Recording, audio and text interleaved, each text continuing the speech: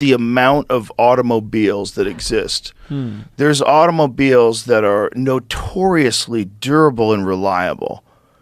There's like Toyota Land Cruisers. Corolla. Yeah, Corolla. Toyotas. For 20 years. Yeah. Bro, you get a Toyota, that motherfucker's never going to break. We had one as a kid. Yeah. Every Toyota I've ever had just lasts and lasts and lasts. Yeah. They're so durable. Their goal, a friend of mine was just telling me this.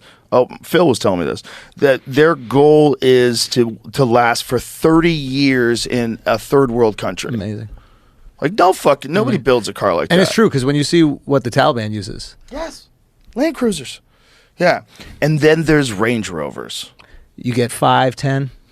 And then there's, a 1990 Chevy Malibu.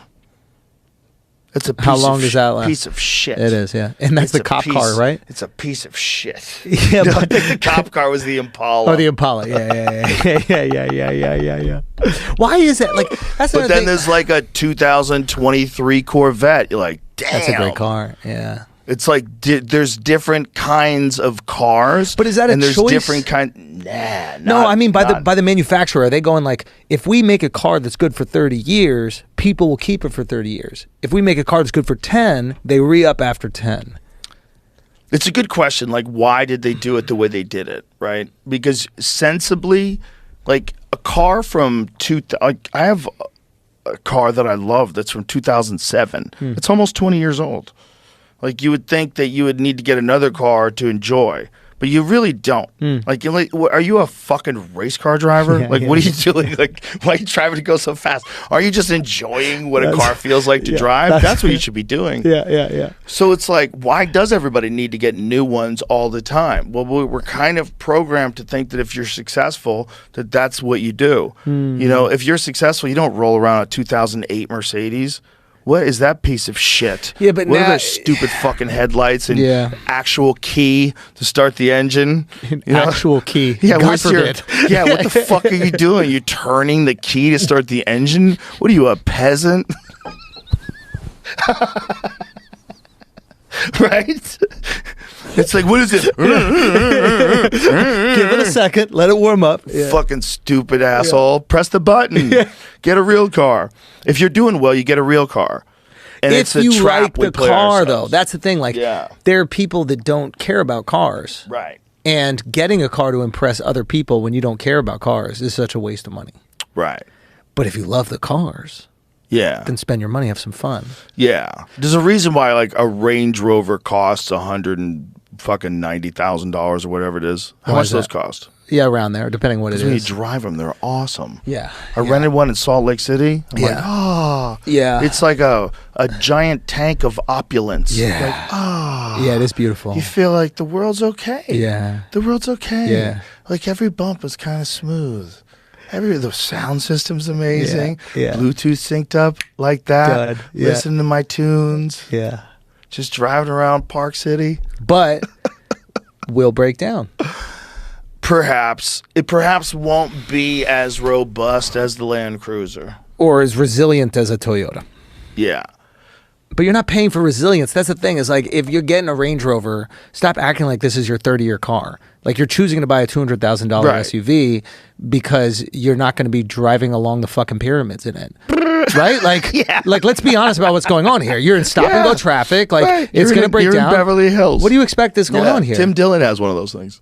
He got the Range. Yeah. He got a few nice cars. Tim Dillon lives like a baller. He really and I does. talk about it. I talk to him. What do you say? I encourage him to spend his money. Spend that money. Spend that money, He bro. earns it. I Good try for to him. tell all of them, I'm like, let's go. Yeah. Let's fucking go. Wait, why?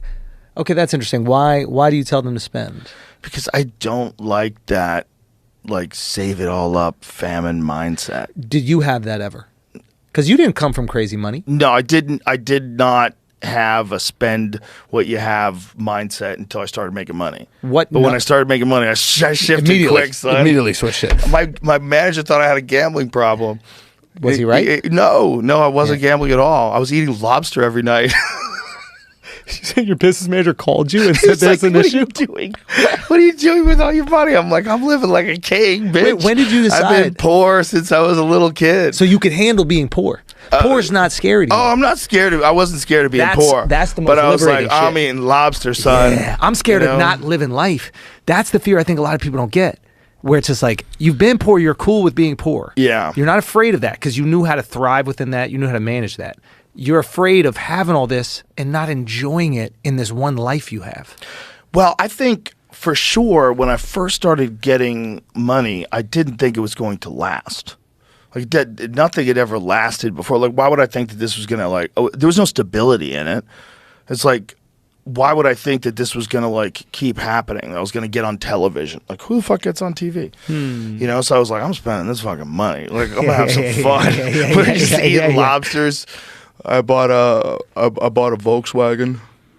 I got like a 1990 that car that I showed you last night, a Volkswagen Dorado that I would bump Cool G Rap in. You showed me Cool G Rap. You didn't show me the car. Yeah, it was Derek then. I was telling him like I'm such a Cool G Rap fan because when I was driving the gigs in the 1990s, it was like really the best sound system I ever had in a car. I had like a nice sound system. It was like a Blaupunkt. It was kind of had a handle. You pull it out when you leave the car so no one steals it. Remember that the one? The radio. Yes. Yeah, of course. The radio comes out like a fucking laptop. I was explaining this to my guys, my young guys who don't understand that the radio used to come out of the car. And their reaction was this. They would go, hold on. They go this. They go, people would steal the radio? Bro, that was the whole thing. And they would sell them too. Yeah, the radio. Yeah. Yeah. So you would get it, so it would come out on a slider. Yeah. Remember that? Yeah. You hold it up like a handbag. Yeah, there was like a little hook walking that you around. could- So yeah. dudes would be walking And then- around with their fucking Blaupunk at the bar. People would put a little sign on their car. Yeah, please don't break in my window. Radio's not Radio in the not car. in Yeah. Yeah. Yeah. Not wild. People are stealing radios. I mean, that all went away. Yeah. Once it Yeah. became like an integrated computer system with Apple CarPlay and Android Play and all that. And once just having iPod got cheap, like just having music on you, it was on your phone. Yeah. People don't give Steve Jobs enough credit for that. Like he really stopped a lot of like car theft. Like breaking into cars. Probably. Yeah. When